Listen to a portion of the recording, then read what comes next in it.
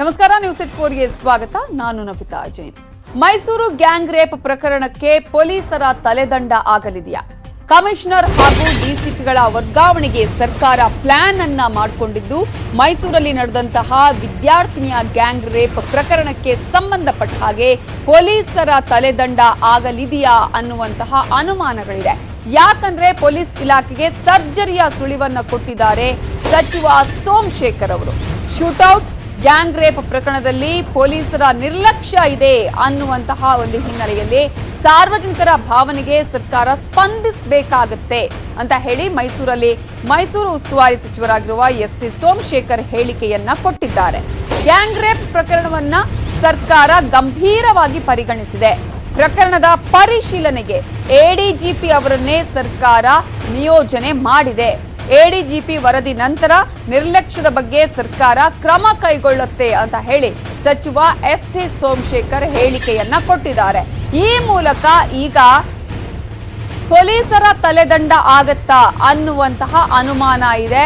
ಪ್ರಕರಣದ ಪರಿಶೀಲನೆಗೆ ಎಡಿಜಿಪಿ ಅವರನ್ನೇ ಈಗ ನಿಯೋಜನೆ ಮಾಡಲಾಗಿದೆ ಅನ್ನೋದರ ಜೊತೆಗೆ ಇದನ್ನ ಗಂಭೀರವಾಗಿ ತೆಗೆದುಕೊಂಡಿದೆ. ಸಾರ್ವಜನಿಕರ ಭಾವನೆಗೆ ಸರ್ಕಾರ ಸ್ಪಂದನೆ ಮಾಡಬೇಕಾಗಿದೆ ಅಂತ ಹೇಳಿ ಎಸ್.ಟಿ. ಸೋಮಶೇಖರ್ ಹೇಳಿದ್ದಾರೆ. ಇದರ ಬಗ್ಗೆ ಇನ್ನಷ್ಟು ಡೀಟೇಲ್ಸ್ ಕೊಡೋದಕ್ಕೆ ನಮ್ಮ ರಿಪೋರ್ಟರ್ ಸುನಿಲ್ ಈಗ ಫೋನ್ ಸಂಪರ್ಕದಲ್ಲಿದ್ದಾರೆ. ಸುನಿಲ್, ಗ್ಯಾಂಗ್ ರೇಪ್ ಪ್ರಕರಣಕ್ಕೆ ಸಂಬಂಧಪಟ್ಟ ಹಾಗೆ ಈಗ ಪೊಲೀಸರ ತಲೆದಂಡ ಆಗುವಂತಹ ಸಾಧ್ಯತೆಗಳು ಎಷ್ಟರ ಮಟ್ಟಿಗೆ ಇದೆ? ಸೋಮಶೇಖರ್ ಅವರ ಮಾತನ್ನ ಕೇಳಿದ್ರೆ ಯಾವ ರೀತಿಯ ಸೂಚನೆ ಸುಳಿವು ಸಿಗ್ತಾ ಇದೆ? ಖಂಡಿತ ನವಿತಾ, ಏನು ಸಾಂಸ್ಕೃತಿಕ ನಗರಿನಲ್ಲಿ ನಡೆದಂತ ವಿದ್ಯಾರ್ಥಿನಿ ಮೇಲಿನ ಅತ್ಯಾಚಾರ ಏನಿದೆ, ಈ ಅತ್ಯಾಚಾರ ಗಂಭೀರವಾದಂತ ಸ್ವರೂಪವನ್ನು ಪಡೆದುಕೊಳ್ತಾ ಇದೆ. ಈಗ ದೇಶದಾದ್ಯಂತ ಇದರ ವಿರುದ್ಧವಾಗಿ ಆಕ್ರೋಶಗಳು ವ್ಯಕ್ತವಾಗ್ತಾ ಇದಾವೆ. ಹೀಗಾಗಿ ಏನು ಮೈಸೂರಿನ ಉಸ್ತುವಾರಿ ಸಚಿವರಾಗಿರ್ತಕ್ಕಂಥ ಸೋಮಶೇಖರ್ ಏನಿದ್ದಾರೆ, ಇವರು ಈಗ ಒಂದು ಸುಳಿವನ್ನ ಕೊಟ್ಟಿರ್ತಕ್ಕಂಥದ್ದು. ಅಂದ್ರೆ ಈ ಒಂದು ವಿಚಾರವಾಗಿ ಏನು ಮೈಸೂರಿನಲ್ಲಿರ್ತಕ್ಕಂಥ ಕಮಿಷನರ್ ಆಗ್ಬೋದು, ಡಿಸಿಪಿಗಳಾಗ್ಬೋದು, ಇವರ ವರ್ಗಾವಣೆ ಮಾಡ್ತಕ್ಕಂಥ ಒಂದು ಸುಳಿವನ್ನ ಈಗ ಕೊಟ್ಟಿರ್ತಕ್ಕಂಥದ್ದು. ಈ ನಿಟ್ಟಿನಲ್ಲಿ ಪೊಲೀಸ್ ಕೂಡ ಸಚಿವರು ಕೂಡ ಏನು ಪೊಲೀಸ್ ಇಲಾಖೆನಲ್ಲಿ ಮೇಜರ್ ಸರ್ಜರಿಗೆ ಮುಂದಾಗಿದ್ದಾರೆ ಅಂತಾನೆ ಹೇಳ್ಬೋದು. ಯಾಕೆಂದ್ರೆ ಕಳೆದ ಈ ಒಂದು ವಾರದಲ್ಲಿ ಸಾಂಸ್ಕೃತಿಕ ನಗರಿನಲ್ಲಿ ಕ್ರೈಮ್ಗಳ ಒಂದು ಇದು ಹೆಚ್ಚಾಗಿತ್ತು, ಕ್ರೈಮ್ಗಳ ಪಟ್ಟಿ ಹೆಚ್ಚಾಗಿತ್ತು. ಅಂದ್ರೆ ಒಂದು ಶೂಟೌಟ್ ಆಗ್ಬಹುದು, ಇದ್ರ ಜೊತೆಗೆ ಏನು ವಿದ್ಯಾರ್ಥಿನಿಯ ಮೇಲೆ ಕಾಮುಕರು ನಡೆಸಿದಂತ ಅತ್ಯಾಚಾರ ಆಗ್ಬೋದು. ಹೀಗಾಗಿ ಏನು ಮೈಸೂರಿನ ಪೊಲೀಸ್ ಇಲಾಖೆನಲ್ಲಿ ಒಂದಷ್ಟು ಸರ್ಜರಿಯನ್ನ ಮಾಡ್ಲಿಕ್ಕೆ ಸರ್ಕಾರ ಕೂಡ ಮುಂದಾಗ್ತಾ ಇರ್ತಕ್ಕಂಥದ್ದು. ಇದ್ರ ಜೊತೆಗೆ ಮೈಸೂರಿನ ಸಾರ್ವಜನಿಕರೇನಿದ್ದಾರೆ, ಇವರು ಒಂದಷ್ಟು ಆಕ್ರೋಶಗಳನ್ನ ವ್ಯಕ್ತಪಡಿಸಿದ್ರು. ಇದ್ರ ಜೊತೆಗೆ ವಿರೋಧ ಪಕ್ಷಗಳು ಕೂಡ ಸಾಕಷ್ಟು ಆಕ್ರೋಶವನ್ನ ವ್ಯಕ್ತಪಡಿಸಿದ್ವು.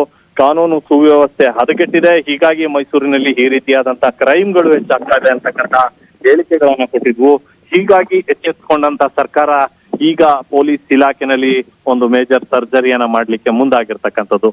ಹೀಗಾಗಿ ಏನು ಮೈಸೂರಿನ ಕಮಿಷನರ್ ಮತ್ತು ಡಿಸಿಪಿಗಳನ್ನ ವರ್ಗಾವಣೆ ಮಾಡುವಂತ ಸುಳಿವನ್ನ ಈಗ ಸಚಿವರು ಕೊಟ್ಟಿರತಕ್ಕಂಥದ್ದು. ನವಿತಾ, ಅದೇ ಸುನಿಲ್, ಈಗ ಒಂದ್ ಕಡೆ ಏನೇನು ಆಗ್ತಾ ಇದೆ ಅನ್ನೋದನ್ನ ನಾವು ನೋಡಿದ್ವಿ. ಮೊನ್ನೆಯಿಂದಲೂ ಕೂಡ ಮೈಸೂರಲ್ಲಿ ಏನೇನು ಆಗ್ತಾ ಇದೆ, ಜನರಲ್ಲಿ ಆತಂಕದ ವಾತಾವರಣ ಕೂಡ ಇದೆ. ಅಂದ್ರೆ ಒಂದ್ ಕಡೆ ಪೊಲೀಸರ ನಿರ್ಲಕ್ಷ್ಯದ ಬಗ್ಗೆ ಕೂಡ ಈಗ ಸರ್ಕಾರ ಹೇಳಿದ ಹಾಗಾಯ್ತು ಇಲ್ಲಿ ಅಂತ ಹೇಳಿ, ಇನ್ನೊಂದ್ ಕಡೆ ಜನರ ಭಾವನೆಗೆ ನಾವು ಸ್ಪಂದನೆ ಮಾಡ್ಬೇಕು ಅಂತ ಹೇಳಿ ಜನರ ಮೇಲೆ ಕೂಡ ಹೇಳುವಂತಹ ಪ್ರಯತ್ನ ಆಗಿದೆ ಹಾಗಾದ್ರೆ ಅಂತ.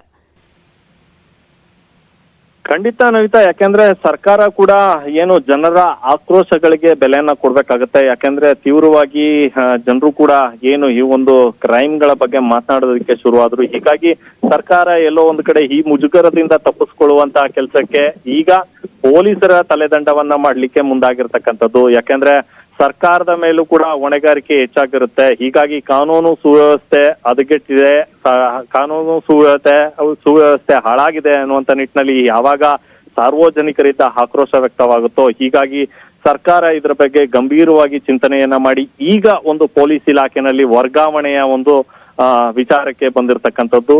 ಈ ನಿಟ್ಟಿನಲ್ಲಿ ಸರ್ಕಾರ ಇನ್ಯಾವ ರೀತಿ ಕ್ರಮವನ್ನ ತೆಗೆದುಕೊಳ್ಳುತ್ತೆ ಅಂತಕ್ಕಂಥದ್ದು ನಾವು ಕಾದ್ ನೋಡ್ಬೇಕಾಗುತ್ತೆ. ಸದ್ಯಕ್ಕೆ ಮಹಿಳಾ ಆಯೋಗದ ಪ್ರಕರಣಕ್ಕೆ ಸಂಬಂಧಪಟ್ಟ ಹಾಗೆ ಸುನಿಲ್, ಖಂಡಿತ ನವಿತಾ, ಈಗ್ಲೂ ಕೂಡ ಅಂದ್ರೆ ಈಗಷ್ಟೇ ಏನು ಸ್ಥಳದಲ್ಲೂ ಕೂಡ ನಾವೀಗ ಸ್ಥಳದಲ್ಲೇ ಇದೀವಿ. ಈಗಷ್ಟೇ ಸ್ಥಳಕ್ಕೆ ಮತ್ತೊಮ್ಮೆ ಪೊಲೀಸರ ತಂಡ ಆಗಮಿಸಿತ್ತು. ಮತ್ತಷ್ಟು ಮಾಹಿತಿಯನ್ನ ಕಲೆ ಹಾಕುವಂತ ಕೆಲಸವನ್ನ ಮಾಡ್ತಾ ಇದೆ ಪೊಲೀಸ್ ಇಲಾಖೆ ಕೂಡ. ಯಾಕಂದ್ರೆ ಸಾಕಷ್ಟು ಒಂದು ಆಕ್ರೋಶ ವ್ಯಕ್ತವಾದಂತ ಹಿನ್ನೆಲೆಯಲ್ಲಿ ಇದು ಪೊಲೀಸ್ ಇಲಾಖೆಗೆ ಒಂದು ಸವಾಲಾಗಿರ್ತಕ್ಕಂಥದ್ದು. ಈ ಆರೋಪಿಗಳನ್ನ ಶತಾಯಗತಾಯ ಬಂಧಿಸಲೇಬೇಕು ಅನ್ನುವಂತ ಪಣವನ್ನ ಪೊಲೀಸ್ ಇಲಾಖೆ ಕೂಡ ತೊಟ್ಟಿರ್ತಕ್ಕಂಥದ್ದು. ಆದ್ರೆ ಸರಿಯಾದಂತ ಜಾಡು ಪೊಲೀಸರಿಗೆ ಸಿಗ್ತಾ ಇರತಕ್ಕಂಥದ್ದು. ಹೀಗಾಗಿ ಪೊಲೀಸರು ಕೂಡ ಸಾಕಷ್ಟು ತನಿಖೆಯ ಮೇಲೆ ತನಿಖೆಯನ್ನ ಮಾಡ್ತಾ ಇದ್ದಾರೆ. ಜೊತೆಗೆ ಆ ಘಟನೆ ನಡೆದಂತ ಸ್ಥಳ ಏನಿದೆ ಆ ಸ್ಥಳಕ್ಕೆ ಮೇಲಿಂದ ಮೇಲೆ ಆಗಮಿಸ್ತಾ ಇದ್ದಾರೆ. ಅಲ್ಲಿ ಒಂದಷ್ಟು ಶೋಧ ಕಾರ್ಯಗಳನ್ನು ಕೂಡ ಮಾಡ್ತಾ ಇದ್ದಾರೆ. ಈ ಒಂದು ವಿಚಾರವಾಗಿ ಅಂದ್ರೆ ಸದ್ಯಕ್ಕೆ ಆ ಯುವಕ ಅಂದ್ರೆ ಈ ವಿದ್ಯಾರ್ಥಿನಿಯ ಜೊತೆ ಇದ್ದಂತ ಯುವಕನ ಹೇಳಿಕೆಗಳ ಆಧಾರದ ಮೇಲೆ ಪೊಲೀಸರು ಈ ಒಂದು ತನಿಖೆಯನ್ನ ಮಾಡ್ತಾ ಇರ್ತಕ್ಕಂಥದ್ದು. ಹೀಗಾಗಿ ಆ ಯುವಕನ ಹೇಳಿಕೆಯನ್ನ ತಿಳ್ಕೊಂಡು ಆ ನಂತರ ಒಂದು ಸ್ಥಳಕ್ಕೆ ಆಗಮಿಸಿ ಒಂದಷ್ಟು ಶೋಧ ಕಾರ್ಯಗಳನ್ನ ಮಾಡ್ತಾ ಇರ್ತಕ್ಕಂಥದ್ದು. Navitha, thank you Sunil ಡೀಟೇಲ್ಸ್ಗೆ.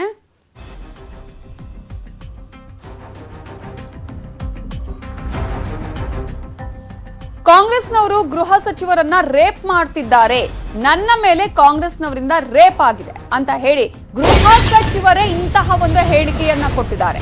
ಗೃಹ ಸಚಿವ ಆರಗ ಜ್ಞಾನೇಂದ್ರ ಎಡವಟ್ಟಿನ ಮಾತನಾಡಿದ್ದಾರೆ. ಮೈಸೂರಲ್ಲಿ ಏನಾಗಿದೆ ಅನ್ನೋದು ಎಲ್ರಿಗೂ ಗೊತ್ತಿದೆ. ಅತ್ಯಾಚಾರ ಪ್ರಕರಣ ಗಂಭೀರ ಸ್ವರೂಪದ ಪ್ರಕರಣ, ಅದರ ಬಗ್ಗೆ ಎಲ್ಲರೂ ಮಾತನಾಡ್ತಿದ್ದಾರೆ. ಜನರಲ್ಲಿ ಆತಂಕ ಇದೆ, ಇಡೀ ದೇಶ ನೋಡ್ತಾ ಇದೆ. ಆದ್ರೆ ಈಗ ಗೃಹ ಸಚಿವರು ಈ ರೀತಿಯಾದ ಹೇಳಿಕೆಯನ್ನ ಕೊಟ್ಟಿದ್ದಾರೆ. ಆ ಹೇಳಿಕೆಗೆ ಕೆಪಿಸಿಸಿ ಅಧ್ಯಕ್ಷರಾಗಿರುವ ಡಿಕೆ ಶಿವಕುಮಾರ್ ಆಕ್ರೋಶ ಹೊರಹಾಕಿದ್ದಾರೆ. ಕಾಂಗ್ರೆಸ್ ರೇಪ್ ಮಾಡ್ತಿದೆ ಅಂತ ಹೇಳಿದ್ರೆ ಏನರ್ಥ? ಹೋಮ್ ಮಿನಿಸ್ಟರ್ ಅವರನ್ನ ರೇಪ್ ಮಾಡಿದ್ರೆ ಅವ್ರನ್ನ ಬಂಧಿಸ್ಲಿ. ರೇಪ್ ಅನ್ನುವಂತಹ ಪದ ಅವರಿಗೆ ಪ್ರಿಯವಾದ ಪದ. ಆ ಪದವನ್ನ ಅವರು ಗೌರವದಿಂದ ಕಾಣ್ತಿದ್ದಾರೆ ಅಂತ ಹೇಳಿ ಆರಗ ಜ್ಞಾನೇಂದ್ರ ಹೇಳಿಕೆಗೆ ಡಿಕೆ ಶಿವಕುಮಾರ್ ವ್ಯಂಗ್ಯವಾಡಿದ್ದಾರೆ. ಆಗಿದ್ದಲ್ಲಿ ಈ ಕಾಂಗ್ರೆಸ್ನವ್ರು ನನ್ನ ರೇಪ್ ಮಾಡೋಕ್ಕೆ, ಈ ಹೋಮ್ ಮಿನಿಸ್ಟರ್ನ ರೇಪ್ ಮಾಡೋ ಪ್ರಯತ್ನ ಮಾಡ್ತಾ ಇದ್ದಾರೆ, ರಾಜಕೀಯ ಲಾಭ ಪಡೀಲಿಕ್ಕೆ ಪ್ರಯತ್ನ ಮಾಡ್ತಾ ಇದ್ದಾರೆ. ಇದೊಂದು ಅಮಾನುಷವಾದಂಥ ಕೆಲಸ. ಎಲ್ಲೋ ನಡೀತದೆ, ನಾವೆಲ್ಲ ಮಾನವೀಯ ದೃಷ್ಟಿಯಿಂದ ಅದನ್ನು ನೋಡಿ ಅದನ್ನು ಡಿಟೆಕ್ಟ್ ಮಾಡಿ ಅಂತೇಳಿ ಒತ್ತೆ ಹಾಕೋದು ಬಿಟ್ಟು ಈ ಸಂದರ್ಭದಲ್ಲಿ ರಾಜಕೀಯ ಲಾಭ ಗಳಿಸುವಂಥ ಪ್ರಯತ್ನ ನಡೀತಾ ಇದೆ. ಖಂಡಿತವಾಗೂ ನಾವು ಏನು ಮಾಡಬೇಕು, ನಮ್ಮ ಪೊಲೀಸ್ ಏನು ಮಾಡಬೇಕು, ಇದನ್ನು ಆಗದಿದ್ದ ಹಾಗೆ ಹೇಗೆ ಸಂದೇಶ ಕಳಿಸ್ಬೇಕು, ಇದನ್ನು ನಮ್ಮ ಪೊಲೀಸ್ ಅಧಿಕಾರಿಗಳಿಗೆ ಸೂಚನೆ ಕೊಟ್ಟಿದ್ದಾರೆ. ಕಾಂಗ್ರೆಸ್ ಹೋಮ್ ಮಿನಿಸ್ಟರ್ನೇ ರೇಪ್ ಮಾಡ್ತಾ ಇದ್ದೀವಂತೆ. ನಗ್ತಾ ಇದೆಯಲ್ಲಮ್ಮ, ಅವ್ರು ಹೇಳಿರೋ ಮಾತು.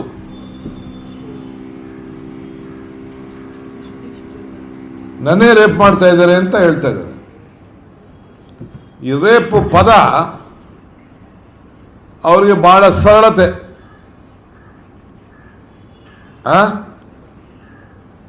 ಬಹಳ ಪ್ರಿಯವಾದಂಥ ಪದ.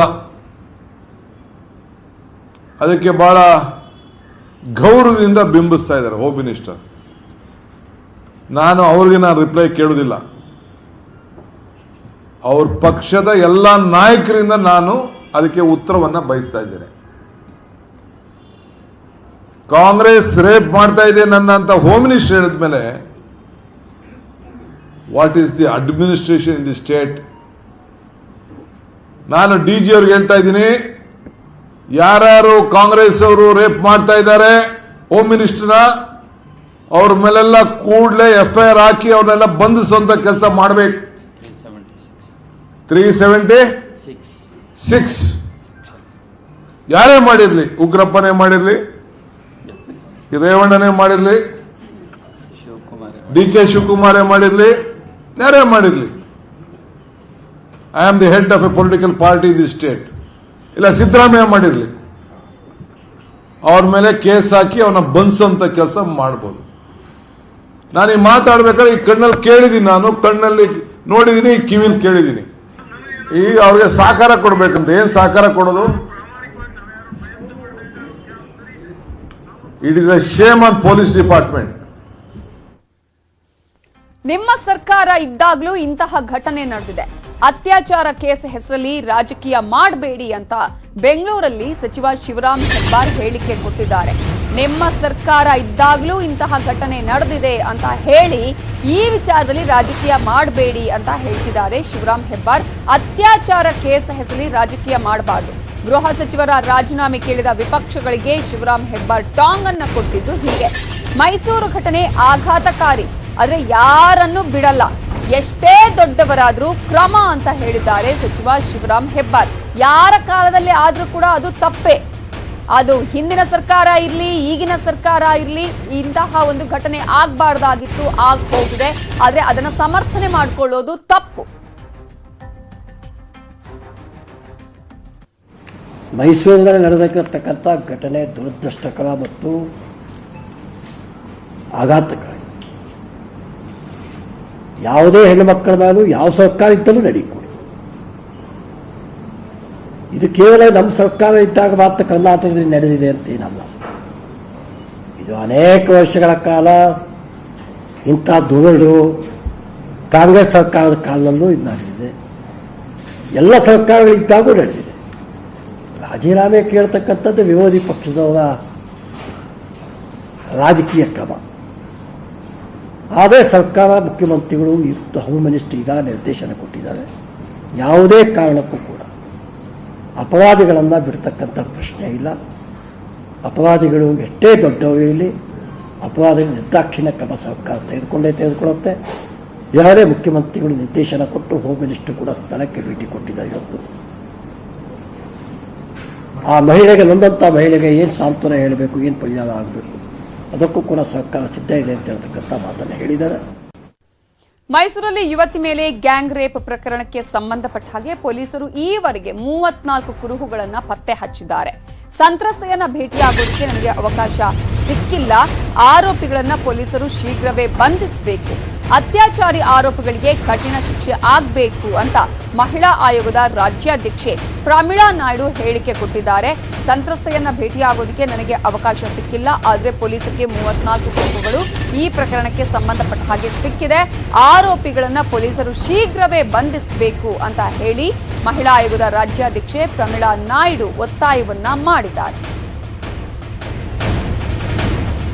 ಪ್ರಮೀಳಾ ನಾಯ್ಡು ಅವರ ಜೊತೆ ನಮ್ಮ ರಿಪೋರ್ಟರ್ ಸುನಿಲ್ ಕುಮಾರ್ ಮಾತನಾಡಿಸಿದ್ದಾರೆ. ಅವರ ಆಗ್ರಹ ಏನು ನೋಡೋಣ.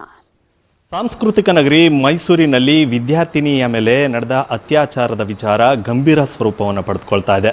ಈ ನಿಟ್ಟಿನಲ್ಲಿ ರಾಜ್ಯ ಮಹಿಳಾ ಆಯೋಗ ಕೂಡ ಇದನ್ನು ಗಂಭೀರವಾಗಿ ತೆಗೆದುಕೊಂಡು ರಾಜ್ಯ ಮಹಿಳಾ ಆಯೋಗದ ಅಧ್ಯಕ್ಷರು ಮೈಸೂರಿಗೆ ಆಗಮಿಸಿ ಒಂದಷ್ಟು ಮಾಹಿತಿಯನ್ನು ಕಲೆ ಹಾಕಿದ್ದಾರೆ.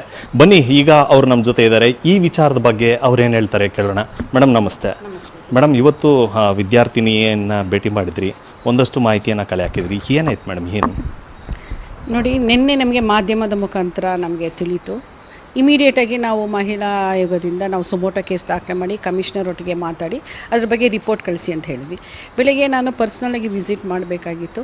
ನಾನು ಕಮಿಷನರ್ ಒಂದಿಗೆ ಮಾತಾಡಿದೆ, ಯಾವ ಥರ ಇದೆ ಆರೋಪಿಗಳು ಇನ್ನೂ ಯಾಕೆ ಅರೆಸ್ಟ್ ಆಗಿಲ್ಲ ಅಂತ ಹೇಳಿದಾಗ ನಮಗೆ ಕೆಲವು ಇದೆಲ್ಲ ಕ್ಲೂ ಎಲ್ಲ ಸಿಗುತ್ತಾ ಇದೆ ಮೇಡಮ್. ನಾವು ಇವತ್ತು ಸಂಜೆ ನಾಳೆ ಒಳಗಡೆ ನಾವು 100% ನಾವು ಇದು ಮಾಡ್ತೀವಿ, ಅರೆಸ್ಟ್ ಮಾಡ್ತೀವಿ. ನಾನು ಅವ್ರಿಗೆ ಸೂಚಿಸಿದ್ದೀನಿ, ಈ ವಿಕೃತ ಮನಸ್ಸಿನ ಈ ಕಾಮುಕರು ಯಾರಿದ್ದಾರೆ ಅವ್ರಿಗೆ ಒಂದು ಕಠಿಣ ಶಿಕ್ಷೆ ಆಗಬೇಕು. ಏಕೆಂದರೆ ಇದು ನಿಜವಾಗ್ಲೂ ಒಂದು ಅವಮಾನೀಯ ಕೃತ್ಯ, ಒಂದು ಎಲ್ಲರೂ ರಾಜ್ಯ ಪೂರ್ತಿನೇ ತಲೆ ತಗ್ಗಿಸುವಂಥ ಒಂದು ಇದು ಗಂಭೀರವಾದ ಸ್ವರೂಪವನ್ನು ಪಡ್ಕೊಂಡಿರುವಂಥ ಒಂದು ಕೃತ್ಯ ಇದು. ನೀವು ಅಲ್ಲಿ ಹೋಗಿದ್ರಿ, ನೀವು ಏನು ಅನ್ಸುತ್ತೆ?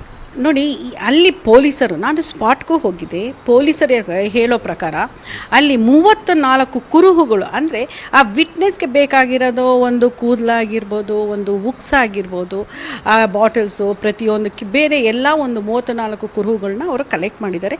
ಅದು ಇನ್ವೆಸ್ಟಿಗೇಷನ್ ಇದರಲ್ಲಿದೆ. ಆ ಒಂದು ಹಂತದಲ್ಲಿ ನಾವು ಏನು ಮಾಡೋಕ್ಕಾಗಲ್ಲ. ಇದನ್ನು ಯಾರು ಹೇಳಬೇಕಾಗತ್ತೆ? ಯುವತಿ ಚೆನ್ನಾಗಾದ ಸಂತ್ರಸ್ತೆ ಮಹಿಳೆ ಅದಕ್ಕೆ ಹೇಳಬೇಕಾಗತ್ತೆ, ಮತ್ತು ಆ ಯುವಕ ಹೇಳಬೇಕಾಗತ್ತೆ. ಇನ್ನೂ ಯಾರು ಆ ಒಂದು ಸ್ಟೇಟ್ಮೆಂಟ್ನ ಕೊಡೋ ಒಂದು ಪರಿಸ್ಥಿತಿಯಲ್ಲಿ ಇಲ್ಲದೆ ಇರೋದ್ರಿಂದ ಇದ್ರ ಬಗ್ಗೆ ನನಗೆ ಅದ್ರ ಬಗ್ಗೆ ಮಾಹಿತಿ ಇಲ್ಲ. ಮೇಡಮ್, ಇವತ್ತು ಪೊಲೀಸವ್ರ ಜೊತೆನೂ ಮಾತನಾಡಿದ್ರಿ, ಆಯುಕ್ತರನ್ನ ಭೇಟಿ ಮಾಡಿದ್ರಿ, ಪೊಲೀಸರ ವೈಫಲ್ಯತೆ ಏನಾದರೂ ಕಂಡು ಬಂತಾ ನಿಮಗೆ? ನೋಡಿ, ನಾನು ಅಲ್ಲಿ ಮಾತಾಡುವಾಗ ಕೇಸ್ ಬಗ್ಗೆ ವಿಚಾರಿಸಿದಾಗ ಅವರು ಹೇಳಿದ್ರು, ನಾವು ಎಲ್ಲ ಪ್ರಯತ್ನವನ್ನು ಮಾಡ್ತಾ ಇದ್ದೀವಿ, ಇವತ್ತು ಸಂಜೆ ಅಥವಾ ನಾಳೆ ಒಳಗಡೆ ನಾವು ಅವ್ರನ್ನ ಅರೆಸ್ಟ್ ಮಾಡ್ತೀವಿ. ಯಾಕಂದರೆ ಪೂರ್ತಿ ಮಾಹಿತಿ ಸ್ವಲ್ಪ ಸಿಗ್ತಾ ಇದೆ, ಮಾಹಿತಿಗಳು ಸಿಗ್ತಾ ಇದೆ. ಅದು ಕನ್ಫರ್ಮ್ ಆದಮೇಲೆ ಅರೆಸ್ಟ್ ಮಾಡ್ತೀನಿ ಅಂತ ಹೇಳ್ತಾ ಇದ್ದಾರೆ. ಕೆಲವೊಂದು ಸರಿ ಇನ್ವೆಸ್ಟಿಗೇಷನ್ ಸ್ವಲ್ಪ ಲೇಟ್ ಆಯಿತು. ಈ ಸರಿ ನಾವು ತುಂಬಾ ಪ್ರಯತ್ನ ಮಾಡ್ತಾ ಇದ್ದೀವಿ. ಯಾಕಂದರೆ ಇದ್ರ ಬಗ್ಗೆ ಮಾನ್ಯ ಮುಖ್ಯಮಂತ್ರಿಗಳು ಗಂಭೀರವಾಗಿ DIGಗೆ ಸೂಚನೆ ಮಾಡಿದ್ದಾರೆ. ಗೃಹ ಮಂತ್ರಿಗಳು ಅಷ್ಟೇ ಇದ್ರ ಬಗ್ಗೆ ತುಂಬ ಗಂಭೀರವಾಗಿ ಪಡ್ಕೊಂಡು ಅದು ಯಾರೇ ಆಗಲಿ ಆರೋಪಿಗಳಿಗೆ ಅರೆಸ್ಟ್ ಆಗಿ ಒಂದು ಕಠಿಣ ಶಿಕ್ಷೆ ಕೊಡಬೇಕಂತ ಅವರು ಸೂಚನೆ ಮಾಡಿದ್ದಾರೆ. ಮಹಿಳಾ ಆಯೋಗನೂ ಇವತ್ತು ಬಂದು ಸ್ಪಾಟ್ ಇನ್ಸ್ಪೆಕ್ಷನ್ ಮಾಡಿ ಅಲ್ಲಿ ವೈದ್ಯರ ಹತ್ರನೂ ಮಾತಾಡಿ ಕಮಿಷನರ್ ಕಮಿಷನರ್ ಹತ್ರ ಮಾತಾಡಿದ್ದೀವಿ. ಈಗ ಎಲ್ಲ ಒಂದು ಇದು ಅಂದರೆ ಆ ಆರೋಪಿಗಳು ಬೇಗ ಅರೆಸ್ಟ್ ಆಗಬೇಕು, ಅವರಿಗೆ ಒಂದು ಕಠಿಣವಾದ ಶಿಕ್ಷೆ ಕೊಡಬೇಕು ಅಂತ ನಿಟ್ಟಿನಲ್ಲೇ ಆ ಹೆಣ್ಣುಮಗಳಿಗೆ ನ್ಯಾಯ ಸಿಗಬೇಕು. ಮತ್ತು ಆ ಹೆಣ್ಣುಮಗಳಿಗೆ ಧೈರ್ಯ ಹೇಳಿ ಮುಂದೆ ಯಾವ ರೀತಿಯಲ್ಲಿದ್ದರೋ ಆಕೆ ಸ್ವಾವಲಂಬಿಯಾಗಿ ತನ್ನ ಬದುಕನ್ನು ನಡೆಸಬೇಕನ್ನೋದೇ ಮಹಿಳಾ ಆಯೋಗದ ಮುಖ್ಯ ಉದ್ದೇಶ. ಇದಿಷ್ಟು ರಾಜ್ಯ ಮಹಿಳಾ ಆಯೋಗದ ಅಧ್ಯಕ್ಷರಾಗಿರ್ತಕ್ಕಂಥ ಪ್ರಮೀಳಾ ನಾಯ್ಡು ಅವರ ಹೇಳಿಕೆ ಆಗಿರ್ತಕ್ಕಂಥದ್ದು. ಮೈಸೂರಿನಿಂದ ಸುನಿಲ್ ಗೌಡ, ನ್ಯೂಸ್ 18 ಕನ್ನಡ.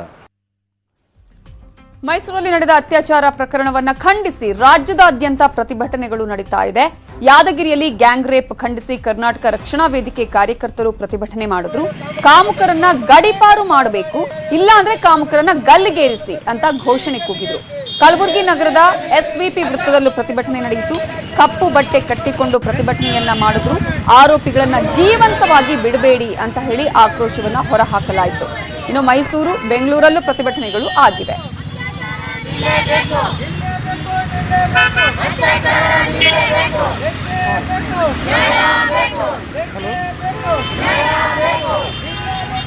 ಕಲಬುರಗಿ, ಯಾದಗಿರಿ, ಮೈಸೂರು, ಬೆಂಗಳೂರಲ್ಲಿ ಅತ್ಯಾಚಾರ ಪ್ರಕರಣವನ್ನು ಖಂಡಿಸಿ ಪ್ರತಿಭಟನೆಗಳು ನಡೆದಿದೆ. ಕಲಬುರಗಿಯಲ್ಲೂ ಪ್ರತಿಭಟನೆ ನಡೆದಿದೆ. ಯಾವುದೇ ಕಾರಣಕ್ಕೂ ಈ ಅತ್ಯಾಚಾರಿಗಳನ್ನ, ಆರೋಪಿಗಳನ್ನ ಸುಮ್ಮನೆ ಬಿಡಬಾರ್ದು, ಅವರನ್ನ ಗಲ್ಲಿಗೇರಿಸಬೇಕು ಅನ್ನುವ ಒತ್ತಾಯವನ್ನ ಅಲ್ಲಿ ಮಾಡಲಾಗಿದೆ. ಕಪ್ಪು ಬಟ್ಟೆ ಕಟ್ಟಿಕೊಂಡು ರಾಜ್ಯದಾದ್ಯಂತ ಈಗ ಪ್ರತಿಭಟನೆ ನಡೀತಾ ಇದೆ. ಅತ್ಯಾಚಾರ ಖಂಡಿಸಿ ಕಲಬುರಗಿಯಲ್ಲೂ ಪ್ರತಿಭಟನೆ ನಡೆದಿದೆ. ಮಾನವ ಸರಪಳಿಯನ್ನ ನಿರ್ಮಿಸಿ ಅಲ್ಲಿ ಪ್ರತಿಭಟನೆಯನ್ನ ಮಾಡಲಾಗಿದೆ. ಗಲ್ಲಿಗೇರಿಸಬೇಕು ಇಂತಹ ಒಂದು ಕಾಮುಕರನ್ನ ಅನ್ನುವಂತಹ ಒಂದು ಆಕ್ರೋಶ ಅಲ್ಲಿ ವ್ಯಕ್ತ ಆಗಿದೆ. ಆ ಘೋಷಣೆಗಳನ್ನ ಕೂಗಿ ಪ್ರತಿಭಟನೆಯನ್ನ ಮಾಡಿದ್ದಾರೆ. ಕಲಬುರಗಿ, ಮೈಸೂರು ಆಗಿರ್ಬೋದು, ಬೆಂಗಳೂರು ಆಗಿರಬಹುದು, ಹೀಗೆ ಅನೇಕ ಕಡೆಗಳಲ್ಲಿ, ಯಾದಗಿರಿಯಲ್ಲೂ ಪ್ರತಿಭಟನೆ ನಡೆದಿದೆ. ಈ ಕಾಮುಕರಿಗೆ ಗಲ್ಲು ಶಿಕ್ಷೆ ಆಗ್ಲೇಬೇಕು ಅನ್ನುವಂತಹ ಒತ್ತಾಯವನ್ನ ಮಾಡಲಾಗ್ತಾ ಇದೆ. ಎಲ್ಲೆಡೆ ಆಕ್ರೋಶದ ಕಟ್ಟೆ ಒಡಿತಾ ಇದೆ. ಪ್ರತಿಭಟನೆ ನಾಗರಿಕರೆಲ್ಲ ಮಾಡಬೇಕಾಗಿತ್ತು, ಪಕ್ಷದಿಂದ ಅಲ್ಲ ಮಾಡಬೇಕಾಗಿರೋದು. ಇಡೀ ನಾಗರಿಕ ಸಮುದಾಯ ತಲೆ ತಗ್ಗಿಸುವಂತಹ ಕೆಟ್ಟ ಕೆಲಸ ಆಗಿದೆ ಮೈಸೂರಲ್ಲಿ. ಮೈಸೂರಿಗೆ ಒಂದು ಕಪ್ಪು ಚುಕ್ಕಿಯನ್ನು ಇಟ್ಟಿದ್ದಾರೆ. ಸೊ ಅದು ತನಿಖೆ ಮಾಡೋದು ತಡ ಮಾಡಿ ಇನ್ನೂ ದೊಡ್ಡ ಕಪ್ಪು ಚುಕ್ಕಿಯನ್ನು ಇಟ್ಟಿದ್ದಾರೆ. ಸೊ ಇದೊಂದು ಆತಂಕಕಾರಿ ಮತ್ತು ಅನುಮಾನದ ಒಂದು ವಿಚಾರ. ಇದು ಯಾಕೆ ಇಷ್ಟು ತಡ ಮಾಡ್ತಾ ಇದ್ದಾರೆ, ಯಾಕೆ ಇಷ್ಟು ಎನ್ಕ್ವೈರಿ ಮಾಡೋದಕ್ಕೆ ಅಥವಾ ಸ್ಟೇಟ್ಮೆಂಟ್ ಕೊಡೋದಕ್ಕೆ ಒದ್ದಾಡ್ತಾ ಇದ್ದಾರೆ? ಅರಗ ಜ್ಞಾನೇಂದ್ರ ಅವರು ತೀರ್ಥಹಳ್ಳಿ ಇಶ್ಯೂ ಆಗಿದ್ದಾಗ, ಸಿದ್ದರಾಮಯ್ಯನವ್ರ ಸರ್ಕಾರ ಇದ್ದಾಗ ಸಿದ್ದರಾಮಯ್ಯನವ್ರಿಗೆ ಯಾವ್ಯಾವ ಮಾತುಗಳನ್ನ ಬಳಸಿದ್ರು, ರೇಪಿಸ್ಟ್ ಸರ್ಕಾರ ಅಂತ ಏನು ಅಲ್ಲಿ ಪದ ಬಳಕೆ ಮಾಡಿ ಮಹಿಳೆಯರಿಗೆ ರಕ್ಷಣೆ ಇಲ್ಲದೆ ಇದ್ಮೇಲೆ ಯಾಕ್ರಿ ಸರ್ಕಾರ ಇರಬೇಕು, ಮಹಿಳೆಯರ ವಿರೋಧಿರಿ ಇದು ಅಂತ ಹೇಳಿ ಸ್ಟೇಟ್ಮೆಂಟನ್ನು ಕೊಟ್ಟಿದ್ರಿ. ನೀವು ಇವತ್ತೇನು ಹೇಳ್ತೀರಿ ನೀವು ಜ್ಞಾನೇಂದ್ರ ಅವರೇ? ನೀವೀಗ ಗೃಹ ಮಂತ್ರಿ ಆಗಿದ್ದೀರಿ, ನಾಚಿಕೆ ಆಗೋದಿಲ್ವ ನಿಮಗೆ? ಒಂದು ಸಾಂಸ್ಕೃತಿಕ ನಗರಿ ಮೈಸೂರಿನಲ್ಲಿ ಇಂಥದ್ದೊಂದು ಗ್ಯಾಂಗ್ ರೇಪ್ ಆಗಿರುವಾಗ 3 ದಿನ ಆದಮೇಲೆ ನೀವು ಬರ್ತೀರಲ್ಲ. ಉಸ್ತುವಾರಿ ಸಚಿವರು ಏನು ಮಾಡ್ತಾ ಇದ್ದಾರೆ? ನಮ್ಮ ಪ್ರತಾಪ ಸಿಂಹ ಅವರು ಎಲ್ಲೋದ್ರು? ಶೋಭಕ್ಕ ಅವರು ಜನ ಆಶೀರ್ವಾದದ ಸಭೆಗಳನ್ನ ಮಾಡ್ತಾ ಇದ್ದಾರೆ. ಮಾನ ಮರ್ಯಾದೆ ಇಲ್ವಾ ಇವರಿಗೆ? ಇದು ಉತ್ತರ ಪ್ರದೇಶ ಮಾಡೆಲ್ ಅನ್ನ ಸಂಪೂರ್ಣವಾಗಿ ಅನುಷ್ಠಾನಕ್ಕೆ ತರಲಿಕ್ಕೆ ಪ್ರಯತ್ನ ಮಾಡ್ತಾ ಇದ್ದಾರೆ. ಕರ್ನಾಟಕ ರಾಜ್ಯದಲ್ಲಿ ಇತಿಹಾಸದಲ್ಲಿ ಯಾವತ್ತೂ ಸಹ ಸಾಮೂಹಿಕ ಅತ್ಯಾಚಾರ ಆಗದೆ ಇರತಕ್ಕಂಥದ್ದು, ಅದರಲ್ಲೂ ಸಹ ಸಾಂಸ್ಕೃತಿಕ ನಗರ ಮೈಸೂರು ನಗರದಲ್ಲಿ, ಅದರಲ್ಲೂ ಸಹ ಚಾಮುಂಡೇಶ್ವರಿಯ ಬೆಟ್ಟದ ತಪ್ಪಲಿನಲ್ಲಿ ಆಗಿರ್ತಕ್ಕಂಥದ್ದು ನೋಡಿದ್ರೆ ಭಾರತೀಯ ಜನತಾ ಪಾರ್ಟಿಯವರು ಸಂಪೂರ್ಣವಾಗಿ ಕುಂಭಕರ್ಣ ನಿದ್ದೆಯಲ್ಲಿದ್ದಾರೆ. ಗೃಹ ಮಂತ್ರಿಗಳು, ನಾಚಿಕೇಡಿನ ಗೃಹ ಮಂತ್ರಿಗಳು ಅತ್ಯಾಚಾರ ಆಗಿ 24 ಗಂಟೆ ಆದ್ರೂ ಸಹ ಮೈಸೂರು ನಗರಕ್ಕೆ ಭೇಟಿ ನೀಡಿಲ್ಲ. ಹಾಗೂ ಬೇಜವಾಬ್ದಾರಿಯಿಂದ ಇರ್ತಕ್ಕಂಥ ಈ ಗೃಹ ಮಂತ್ರಿಗಳು ಮತ್ತೊಂದು ಅತ್ಯಾಚಾರ ತುಮಕೂರಲ್ಲಿ ಆಗಿರ್ತಕ್ಕಂಥದ್ದು ನೋಡಿದಾಗ ಮಹಿಳೆಯರಿಗೆ ಯಾವುದೇ ರೀತಿಯಾದ ರಕ್ಷಣೆ ಕೊಡಲಿಕ್ಕೆ ಸರ್ಕಾರ ಸಂಪೂರ್ಣವಾಗಿ ವಿಫಲವಾಗಿದೆ. ಈ ಸರ್ಕಾರದಲ್ಲಿ ಮಹಿಳೆಯರ ರಕ್ಷಣೆ ಇದೆಯೇ ಇಲ್ಲ ಅಂತ ನಮಗೆ ಅರ್ಥ ಆಗ್ತಾ ಇಲ್ಲ. ಕೂಡಲೇ ಅವ್ರನ್ನೆಲ್ಲ ಅರೆಸ್ಟ್ ಮಾಡಬೇಕು. ಮತ್ತೆ ಏನು ಜವಾಬ್ದಾರಿ ಹೊತ್ತಂತ ಹೋಮ್ ಮಿನಿಸ್ಟ್ರು ರಾಜೀನಾಮೆ ಕೊಡಬೇಕು. ಉಳಿದ ಅಪ್ಡೇಟ್ಸ್ ನೋಡೋಣ ಬ್ರೇಕ್ ಆದ್ಮೇಲೆ. ವಿರೋಧಿ ಚಟುವಟಿಕೆ ನ್ಯೂಸ್ 18 ಕನ್ನಡ ಸೂಪರ್ ಎಕ್ಸ್ಕ್ಲೂಸಿವ್. ಸುಳ್ಳು ಹೇಳಲ್ಲ, ಬಿಗ್ ನ್ಯೂಸ್, ಬಿಗರ್ ಬ್ರೇಕಿಂಗ್, ವಸ್ತುನಿಷ್ಠ ವರದಿ, ತ್ವರಿತ ಮತ್ತು ಖಚಿತ ಮಾಹಿತಿ. ಈ ಒಂದು ಸ್ಟೇಟ್ಮೆಂಟ್ ನಲ್ಲಿ ಮಾಜಿ ಸಿಎಂಗೆ ದುಡ್ಡು ಕೊಟ್ಟಿರೋದ್ರ ಬಗ್ಗೆ ಬಸ್ ಎಲ್ಲವೂ ಕೂಡ ರೇಟಿಂಗ್ಸ್ ನಲ್ಲಿ ಕೇಳಲಾಗಿತ್ತು. ಹಳ್ಳಿಯಿಂದ ದಿಲ್ಲಿವರೆಗೆ ಸುದ್ದಿ ಬ್ರೇಕ್ ಆಗೋದೇ ಇಲ್ಲಿ. ಪಾಸಿಟಿವ್ ಕಾರಣ ಅಪನಾ ಹಾಕಿ ನಾವು ಬ್ರೇಕ್ ಮಾಡ್ತೀವಿ, ಫಾಲೋ ಅಪ್ ಕೂಡ ನಮ್ದೆ. ಬ್ರೇಕಿಂಗ್ ನ್ಯೂಸ್ ಅಂದ್ರೆ ನ್ಯೂಸ್ 18 ಕನ್ನಡ. ತೊಲಗಿಲ್ಲ ಕೊರೋನಾ, ಮೈ ಮರೆಯಬೇಡಿ ಜೋಪಾನ. ನಮ್ಮ ಕೈಯಲ್ಲೇ ಇದೆ ನಮ್ಮವರ ಪ್ರಾಣ. ಮೂರನೇ ಅಲೆ ಬರುವ ಮುನ್ನ ಬಿ ಅಲರ್ಟ್. ಇದು ನ್ಯೂಸ್ 18 ಕಳಕಳಿ. Big impact. ನ್ಯೂಸ್ 18 ಕನ್ನಡದ ವರದಿಯಿಂದಾಗಿ ಅಕ್ರಮ ಗ್ಯಾಸ್ ದಂಧೆಯ ವರದಿ ಈಗ ಇಂಪ್ಯಾಕ್ಟ್ ಆಗಿದೆ. ವಶಕ್ಕೆ ಅಕ್ರಮಗಳಿಗೆ ಬ್ರೇಕ್, ನೊಂದವರ ಪಾಲಿನ ಭರವಸೆ. ಕೊರೋನಾ ಕಾಲದ ಅತಿ ದೊಡ್ಡ ಎಕ್ಸ್ಪೋ ವಿತ್ ಆಕ್ಸಿಜನ್.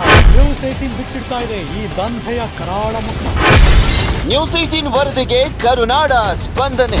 ವರದಿಗಷ್ಟೇ ಸೀಮಿತವಲ್ಲ, ಶಾಶ್ವತ ಪರಿಹಾರದ ಬಿಗ್ ಇಂಪ್ಯಾಕ್ಟ್. ರಾಜ್ಯ ಸರ್ಕಾರ ಮತ್ತೊಂದು ವರದಿಯ ಬಿಗ್ ಇಂಪ್ಯಾಕ್ಟ್. ನ್ಯೂಸ್ 18 ವರದಿಗೆ ಪ್ರತಿಕ್ರಿಯಿಸಿದ ಆರೋಗ್ಯ ಸಚಿವ ಡಾಕ್ಟರ್ ಕೆ ಸುಧಾಕರ್. ನಮ್ಮ ಕಡೆಯಿಂದನೂ ಫಂಡ್ ಕೊಡ್ತೀವಿ ಅಂತ ಎಲ್ಲರ ಪರವಾಗಿ ಧನ್ಯವಾದಗಳು, ಕೃತಜ್ಞತೆ ಹೇಳ್ತೀವಿ. ನ್ಯೂಸ್ 18 ಫಲಶ್ರುತಿಯಾಗಿ ಒಂದು ಸರ್ಕಾರದಲ್ಲೂ ಜನಪರ ವರದಿಗಳಿಗೆ ಮತ್ತೊಂದು ಹೆಸರೇ news 18 Kannada. News 18 impact. Virus, pandemic, Covid ಇದೆಲ್ಲ ಕಾಮನ್ ಬಿಡ್ರಿ, ಹಳೆ ವಿಷಯ. ಹೀಗಂತ ಹೇಳ್ತಾರೆ ಎಷ್ಟೋ ಜನ. ನೀವು ಕೂಡ ಹೀಗೆ ಯೋಚನೆ ಮಾಡ್ತಾ ಇದ್ದೀರಾ? ಹಾಗಿದ್ರೆ ನಮ್ಗೆ ನಿಮ್ಮ ಮುಖ ತೋರಿಸ್ಬೇಡಿ. ನಿಮ್ಮ ಮುಖ ತೋರಿಸಿ. ಮುಖ ತೋರಿಸ್ಬೇಡಿ. ಇಷ್ಟೊಂದು ಒಟ್ಟಾಗಿ ಹೇಳ್ತಿದೀವಿ ಅನ್ಕೊಂಡ್ರ? ಆದ್ರೆ ಈ ಮಾತನ್ನ ಹೇಳಲೇಬೇಕು. ಸಿಚುವೇಶನ್ ಮತ್ತೆ ಅಲಾರ್ಮಿಂಗ್ ಆಗಿದೆ. ನಮ್ಮಲ್ಲಿ ಇನ್ನೂ ಕೆಲವರು ಮಾಸ್ಕ್ ಅನ್ನ ಹಾಕದೆ ಸುತ್ತಾಡ್ತಿದ್ದಾರೆ. ತಮ್ಮವರನ್ನ ಅಪಾಯಕ್ಕೆ ತಳ್ತಾ ಇದ್ದಾರೆ. ನೋಡಿ, ನಿಮ್ಗೆ ಗೊತ್ತಾಗ್ತಾ ಇದೆ ಕೊರೋನಾ ಸಂಖ್ಯೆ ಮತ್ತೆ ಏರಿಕೆ ಆಗ್ತಿದೆ ಅಂತ. ವ್ಯಾಕ್ಸಿನ್ ಬಂತು ಅಂತ ಕೇರ್ಲೆಸ್ ಆಗಬೇಡಿ. ಇನ್ನೂ ಕೂಡ ಎಚ್ಚರಿಕೆ ಅಗತ್ಯ. ಕೋವಿಡ್ ನಿಯಮಗಳನ್ನ ಪಾಲಿಸಿ, ಬದುಕಿ ನಿಮ್ಮವರನ್ನ ಬದುಕಿಸಿಕೊಳ್ಳಿ. ಒಂದೇ ಒಂದು ರಿಕ್ವೆಸ್ಟ್ ಏನಂದ್ರೆ, ನಮಗೆ ನಿಮ್ಮ ಮುಖ ತೋರಿಸ್ಬೇಡಿ. ಮುಖ ತೋರಿಸಬೇಡಿ.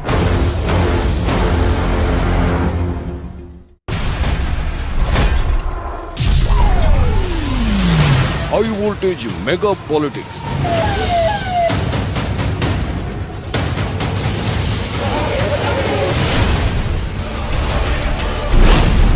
ಸೆನ್ಸೇಷನಲ್ ಸುದ್ದಿ ಹಿಂದಿನ ಸತ್ಯ. 24 ಅವರ್ಸ್ ಆದ್ರೂ ನಮಗೆ ನ್ಯಾಯ ಇನ್ನೂ ಕೊಟ್ಟಿಲ್ಲ ಅಂದ್ರೆ ಇಲ್ಲೇ ಸತ್ತೋಗ್ಬಿಡ್ತೀವಿ. ಹಳ್ಳಿ to Delhi, news 18 focus.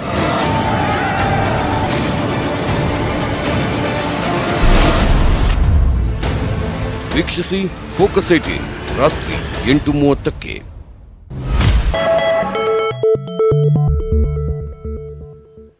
Welcome back. ನಗದೀಕರಣ ಯೋಜನೆ ಪಾಲಾಗ್ತಿದೆ ಹುಬ್ಬಳ್ಳಿ ಏರ್ಪೋರ್ಟ್. ಎನ್ಎಂಪಿ ರಾಷ್ಟ್ರೀಯ ನಗದೀಕರಣ ಯೋಜನೆ ಅಡಿ ಪ್ಲಾನ್ ಅನ್ನ ಮಾಡಲಾಗಿದ್ದು 25 ವಿಮಾನ ನಿಲ್ದಾಣಗಳ ಪಟ್ಟಿಯಲ್ಲಿದೆ ಹುಬ್ಬಳ್ಳಿ ಏರ್ಪೋರ್ಟ್. ನಗದೀಕರಣ ಯೋಜನೆ ಪಾಲಾಗ್ತಿದೆ ಹುಬ್ಬಳ್ಳಿಯ ಏರ್ಪೋರ್ಟ್. ಎನ್ಎಂಪಿ ರಾಷ್ಟ್ರೀಯ ನಗದೀಕರಣ ಯೋಜನೆ ಅಡಿ ಪ್ಲಾನ್ ಅನ್ನ ಮಾಡಲಾಗಿದ್ದು 25 ವಿಮಾನ ನಿಲ್ದಾಣಗಳ ಪಟ್ಟಿಯಲ್ಲಿ ಹುಬ್ಬಳ್ಳಿಯ ಏರ್ಪೋರ್ಟ್ ಇದೆ.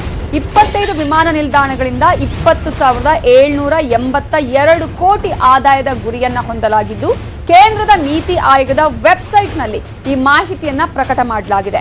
2023-24 ವೇಳೆಗೆ ಏರ್ಪೋರ್ಟ್ನ ನಿರ್ವಹಣೆಯ ಜವಾಬ್ದಾರಿಯ ಬಗ್ಗೆ ಇದರಲ್ಲಿ ಹೇಳಲಾಗಿದೆ. ಹಾಗಾದ್ರೆ ಹೇಗಿರುತ್ತೆ? ಮೊದಲ ಹಂತದಲ್ಲಿ 7 ವಿಮಾನ ನಿಲ್ದಾಣಗಳ ಖಾಸಗೀಕರಣ ಆಗುತ್ತೆ. ಅದರಲ್ಲಿ ಯಾವ್ಯಾವುದು ಅನ್ನೋದು ನೋಡೋದಾದ್ರೆ ವಾರಣಾಸಿ, ನಾಗ್ಪುರ, ಭುವನೇಶ್ವರ, ಅಮೃತಸರ, ತಿರುಚಿ, ಇಂದೋರು, ರಾಯಪುರ ನಿಲ್ದಾಣ ಮೊದಲ ಹಂತದಲ್ಲಿ ಖಾಸಗೀಕರಣ ಆಗುತ್ತೆ.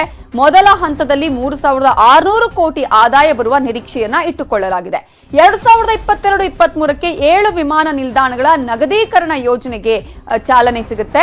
ಎರಡನೇ ಹಂತದಲ್ಲಿ 4,295 ಕೋಟಿ ಆದಾಯ ಬರುವ ನಿರೀಕ್ಷೆ ಹೊಂದಲಾಗಿದೆ. 2023-24ಕ್ಕೆ ನಗದೀಕರಣ ಯೋಜನೆಗೆ ಹುಬ್ಬಳ್ಳಿ ಸೇರಿದಂತೆ 6 ಏರ್ಪೋರ್ಟ್ಗಳು ಸೇರುತ್ತೆ. ಮೂರನೇ ಹಂತದಲ್ಲಿ 4,193 ಕೋಟಿ ಆದಾಯ ಬರುವ ನಿರೀಕ್ಷೆಯನ್ನ ಹೊಂದಲಾಗಿದೆ. ಈ ಹಿನ್ನೆಲೆಯಲ್ಲಿ ವಿಮಾನ ನಿಲ್ದಾಣಗಳ ಖಾಸಗೀಕರಣ ವಿಚಾರಕ್ಕೆ ಸಂಬಂಧಪಟ್ಟ ಹಾಗೆ ಈಗ ಕರ್ನಾಟಕದ ಹುಬ್ಬಳ್ಳಿ ಏರ್ಪೋರ್ಟ್ ಕೂಡ ಸೇರಿದೆ. 25 ವಿಮಾನ ನಿಲ್ದಾಣಗಳ ಪಟ್ಟಿಯಲ್ಲಿ ಹುಬ್ಬಳ್ಳಿಯ ವಿಮಾನ ನಿಲ್ದಾಣವೂ ಇದೆ. ಇದರ ಬಗ್ಗೆ ಇನ್ನಷ್ಟು ಡೀಟೇಲ್ಸ್ ಕೊಡೋದಕ್ಕೆ ನಮ್ಮ ರಿಪೋರ್ಟರ್ ಶಿವರಾಮ್ ಅಸುಂಡಿ ಫೋನ್ ಸಂಪರ್ಕದಲ್ಲಿದ್ದಾರೆ. ಶಿವರಾಮ್ ಅಸುಂಡಿ, ಈಗ 25 ಏರ್ಪೋರ್ಟ್ಗಳ ಪಟ್ಟಿಯಲ್ಲಿ ಹುಬ್ಬಳ್ಳಿ ಏರ್ಪೋರ್ಟ್ ಕೂಡ ಸೇರಿರುವುದು. 3ನೇ ಹಂತದಲ್ಲಿ ಇದು ಖಾಸಗೀಕರಣ ಆಗುತ್ತೆ, ನಗದೀಕರಣ ಆಗುತ್ತೆ ಅಂತ ಹೇಳಿ. ಸೊ ಯಾವ ರೀತಿಯಾಗಿ ಈಗ ಲೆಕ್ಕಾಚಾರವನ್ನ ಇಟ್ಟುಕೊಳ್ಳಲಾಗಿದೆ, ಆದಾಯದ ಲೆಕ್ಕಾಚಾರ, ಹಾಗೇನೆ ಅಲ್ಲಿ ಸಾರ್ವಜನಿಕರು ಯಾವ ರೀತಿ ಅಭಿಪ್ರಾಯ ವ್ಯಕ್ತ ಆಗ್ತಾ ಇದೆ ಇದಕ್ಕೆ ಸಂಬಂಧಪಟ್ಟ ಹಾಗೆ? ನವಿತಾ ಜೈನ್, ಇದೇನು 3ನೇ ಹಂತದಲ್ಲಿ ರಾಜ್ಯದ ಏಕೈಕ ವಿಮಾನ ನಿಲ್ದಾಣ ಆಗಿದೆ. ಖಾಸಗಿ ನಿರ್ವಹಣೆಗೆ ಕೊಡ್ತಾ ಇರುವಂತಹ ಏಕೈಕ ವಿಮಾನ ನಿಲ್ದಾಣ ಹುಬ್ಬಳ್ಳಿ ಆಗಿದೆ. ಇದರಿಂದ ಏನಂದ್ರೆ ವಾರ್ಷಿಕವಾಗಿ 130 ಕೋಟಿ ರೂಪಾಯಿ ಆದಾಯ ನಿರೀಕ್ಷೆ ಮಾಡಲಾಗಿದೆ. ಹೀಗಾಗಿ ಅಂದ್ರೆ ಒಂದು ಖಾಸಗಿಯವ್ರಿಗೆ ಕೊಡೋದ್ರ ಮೂಲಕ ನಾವು ಆದಾಯ ಗಳಿಸಬಹುದು ಅನ್ನೋ ಒಂದು ಲೆಕ್ಕಾಚಾರದಲ್ಲಿ ಕೇಂದ್ರ ಸರ್ಕಾರ ಇದೆ. ಆದ್ರೆ ಸಾರ್ವಜನಿಕ ವಲಯದಲ್ಲಿ ಇದ್ರ ಬಗ್ಗೆ ಅಚ್ಚರಿ ವ್ಯಕ್ತವಾಗಿದೆ. ಯಾಕಂದ್ರೆ ಒಂದು ಸರ್ಕಾರಿ ಸ್ವಾಮ್ಯದಲ್ಲಿ ಇದ್ದಿದ್ರೆ ಚೆನ್ನಾಗಿರ್ತಿತ್ತು. ಈಗ ಏಕಾಏಕಿ ಅಂದ್ರೆ ಹುಬ್ಬಳ್ಳಿ ಸೇರಿ ಬೇರೆ ಬೇರೆ 25ಕ್ಕೂ ಹೆಚ್ಚು ವಿಮಾನ ನಿಲ್ದಾಣಗಳನ್ನ ಖಾಸಗಿ ಕೊಟ್ಟಿದ್ದಾರೆ. ಇದರಿಂದ ಏನಂದ್ರೆ ಬರ್ತಾ ವಿಮಾನ ಇದನ್ನು ಪ್ರಾಧಿಕಾರ ಮತ್ತು ಇತ್ಯಾದಿಗಳು ಸಹ ಖಾಸಗೀಕರಣ ಆಗ್ತಾ ಒಂದು ಆತಂಕ ವ್ಯಕ್ತಪಡಿಸಿದ್ದಾರೆ. ಒಟ್ಟಾರೆ ಇದು ಸದ್ಯಕ್ಕಂತೂ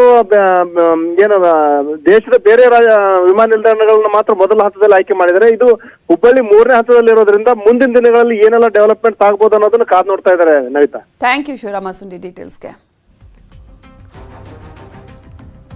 ಲವ್ ಯು ರಚ್ಚು ಚಿತ್ರೀಕರಣದ ವೇಳೆ ಸಾಹಸ ಕಲಾವಿದ ಸಾವಿನ ಪ್ರಕರಣಕ್ಕೆ ಸಂಬಂಧಪಟ್ಟ ಹಾಗೆ ನಟ ಅಜಯ್ ರಾವ್ ಪೊಲೀಸ್ ವಿಚಾರಣೆಗೆ ಹಾಜರಾಗಿದ್ದಾರೆ.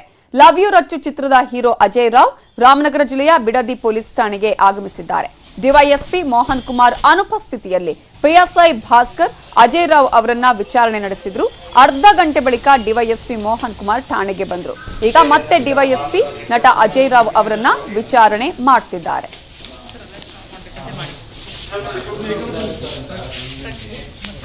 ಲವ್ ಯು ರಚ್ಚು ಸಿನಿಮಾದ ಶೂಟಿಂಗ್ ವೇಳೆ ಸಹ ನಟ ಫೈಟರ್ ಸಾವನ್ನಪ್ಪಿದ ಪ್ರಕರಣಕ್ಕೆ ಸಂಬಂಧಪಟ್ಟ ಹಾಗೆ ಅಜಯ್ ರಾವ್ ಅವತ್ತು ಒಂದು ಸ್ಥಳದಲ್ಲಿ ಇದ್ರು ಅವರು ಯಾವುದೇ ರೀತಿಯಂತಹ ಸಹಾಯ ಮಾಡಿಲ್ಲ ಅಂತ ಹೇಳಿ ಸಹ ನಟ ಆರೋಪವನ್ನು ಮಾಡಿದ್ರು.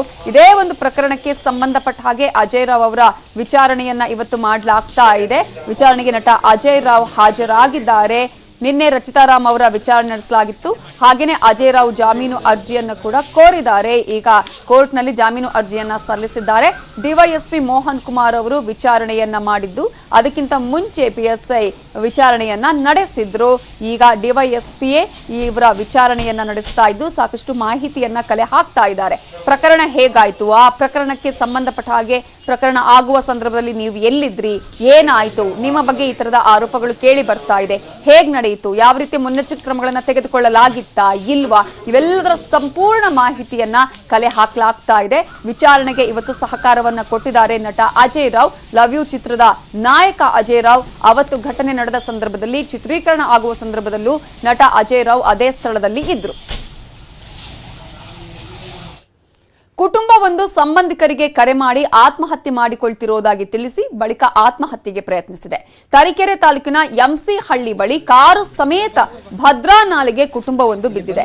4ರಲ್ಲಿ 2 ಪ್ರಾಣಾಪಾಯದಿಂದ ಪಾರಾಗಿದ್ದು 13 ವರ್ಷದ ಧ್ಯಾನ್, 35 ವರ್ಷದ ನೀತು ಪಾರಾಗಿದ್ದಾರೆ. ಮತ್ತಿಬ್ಬರ ಪತ್ತೆಗಾಗಿ ನಾಲೆಯಲ್ಲಿ ಶೋಧ ಕಾರ್ಯ ನಡೆಯುತ್ತಿದ್ದು ನೀತು ಪತಿ ಮಂಜು, ಅತ್ತೆ ಸುನಂದಮ್ಮಗೆ ಕಾರ್ಯಾಚರಣೆ ನಡೀತಾ ಇದೆ. ಸ್ಥಳಕ್ಕೆ ಎಸ್ಪಿ ಅಕ್ಷಯ್ ಭೇಟಿ ಕೊಟ್ಟು ಪರಿಶೀಲನೆ ನಡೆಸಿದ್ರು. ಆತ್ಮಹತ್ಯೆಗೆ ಪ್ರಯತ್ನಿಸಿದವರು ಭದ್ರಾವತಿ ಮೂಲದ ಹಳೆ ಜೆಡಿ ಕಟ್ಟೆಯವರು.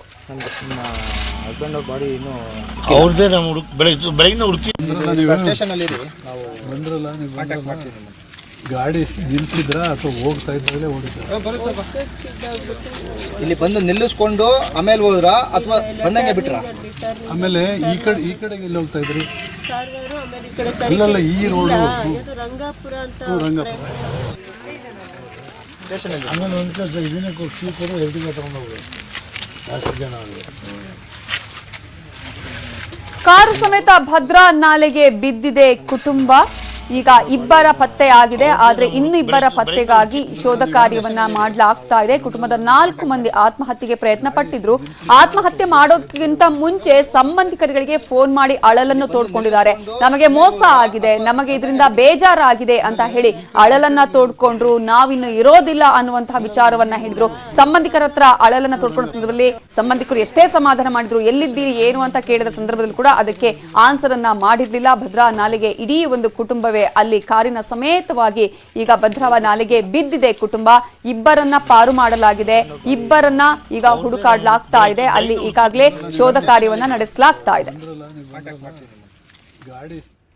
ಇವತ್ತಿನ ಮಿಷನ್ ಪಾನಿಯಲ್ಲಿ ನಾವು ಹೈದರಾಬಾದ್ನ ವಾಟರ್ ವಾರಿಯರ್ ಕಲ್ಪನಾ ರಮೇಶ್ ಬಗ್ಗೆ ಹೇಳ್ತೀವಿ. ಇವರು ಹೈದರಾಬಾದ್ನ ಅಂತರ್ಜಲ ಹೆಚ್ಚಿಸೋದಕ್ಕೆ ಮಾಡ್ತಾ ಇರುವ ಸೇವೆ ಅನನ್ಯ. ಕಸದಿಂದ ತುಂಬಿ ಹೋಗಿರೋ ಕೆರೆ ಬಾವಿಗಳನ್ನ ಶುದ್ಧೀಕರಿಸಿ ಅಂತರ್ಜಲ ಹೆಚ್ಚಿಸುವ ಕಾರ್ಯ ಮಾಡ್ತಿದ್ದಾರೆ.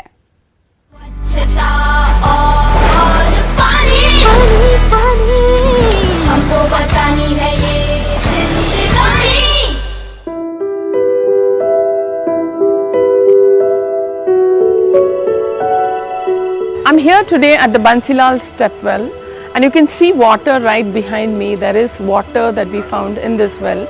Earlier was a huge garbage dump. Cities were built around traditional water systems to give water to communities. It provided water to communities. It provided a socio-cultural space for people that lived around the wells. Today we've lost this language. If we can restore these step wells and bring back water like these, the groundwater here can improve and the communities around can enjoy this groundwater for a long time and make it sustainable for themselves. We really need to step up, create a lot of awareness and bring communities in for the change, connecting people to water, because urban stories are not really connected with the water stories.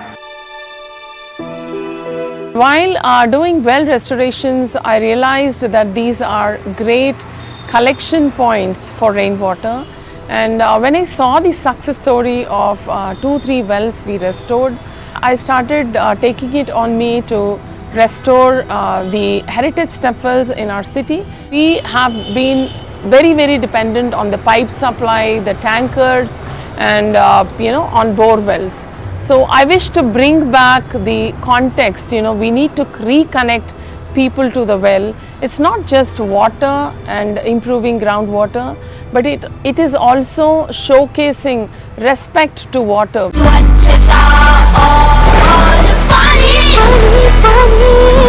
हमको बचानी है ये